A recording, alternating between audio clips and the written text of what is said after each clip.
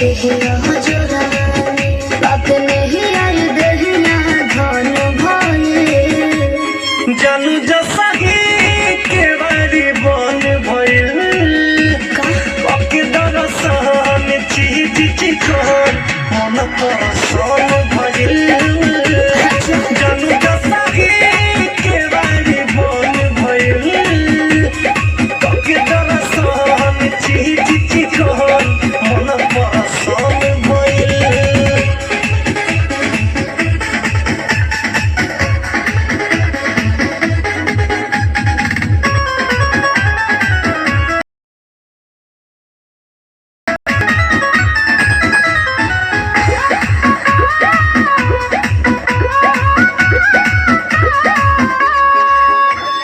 सजना को मजा ना भूला पाइबो राजा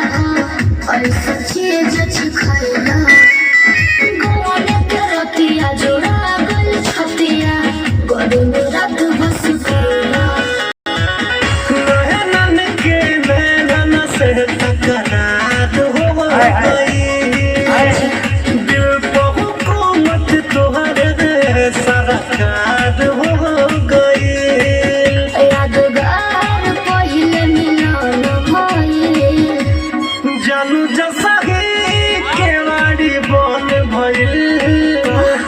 कके दरसन चीज चिकन मन परसन भइल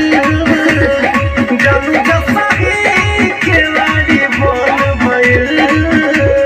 कके दरसन चीज चिकन मन परसन भइल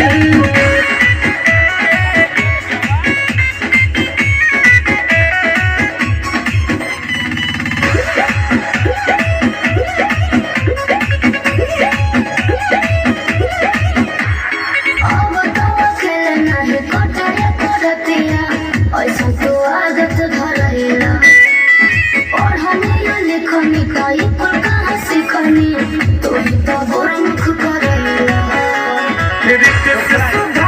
कहेले तोहर जवाब नइखे तोहर सिवाय अब दिल में दोसर ख्वाब नइखे रेलियास तेज धड़कन भइल जानू जसही के बारी बन भइल कके दरसन चीज चिकन मन परसन जानू जसही के बारी बन भइल कके दरसन चीज